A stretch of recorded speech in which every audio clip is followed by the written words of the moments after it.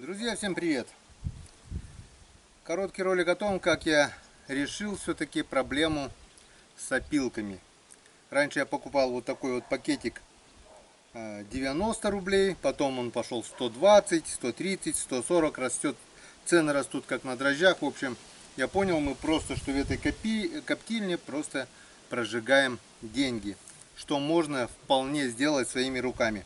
Мне друзья в комментариях писали, надо приобрести электрорубанок, кто-то Урал, Дружба, да, советские пилы это хорошо, цепь там крупная, опилки крупные, но у меня Дружбы, Урала уже нет, у меня есть бензопила Штиль.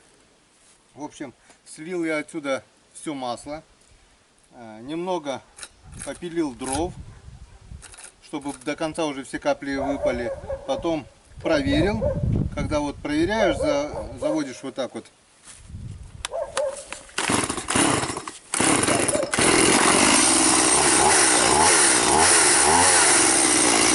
Если есть масло, тут остается след масла, в общем. Масла здесь нет. Вот сегодня съездил в лес, заготовил, крупную ольху не нашел, ольховые полежки вот небольшие, тоненькие наготовил, снял с них шкуру и, в общем, пропилил одну палочку, и вот у меня уже вот сколько получилось опилок. Немного мелковатые, да, конечно, немного, ну ничего страшного.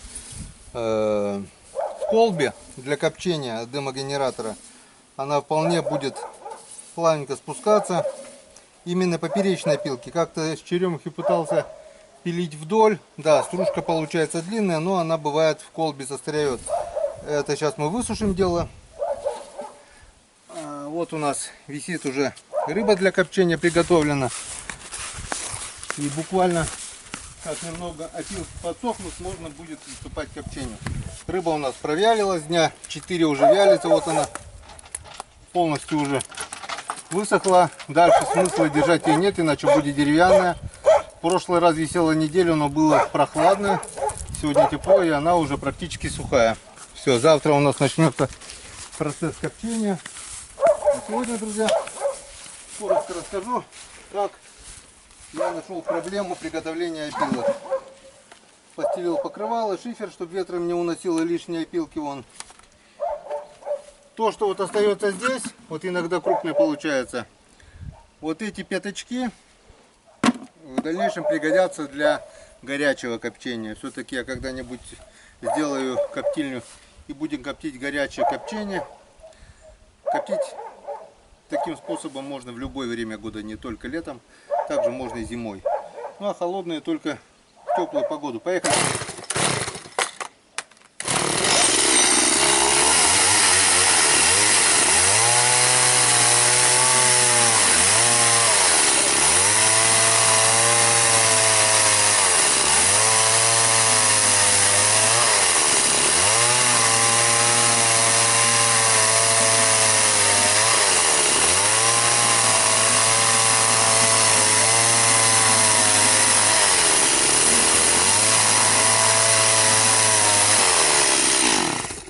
Как-то вот так. Сначала цепь была немного растянута, и у меня так плотненько не получалось. Получалось пилить вот такие вот пятачки. Теперь немного цепь подтянул. У меня получается практически идеально. Вон. Потом я здесь покрывало просто соберу. Вот такие вот опилочки получаются. Они немного пока влажноваты, так как ольха еще свежая. Вон. А подсохнет, это просто прекрасный материал вот для копчения.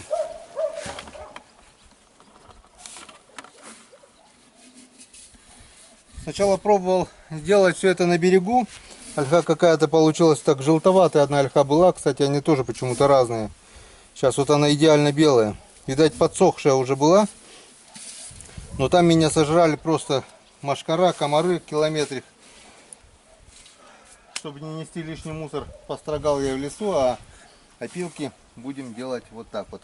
Вот таким способом. Жду комментариев, кто как делает опилки для холодного копчения. Может, где-нибудь вместе сообща найдем общий оригинальный метод. И будем делать все так. Так что пишите, жду комментариев. Скоро будем коптить рыбу. Всем спасибо за внимание. До новых встреч на канале Коми Рыбак.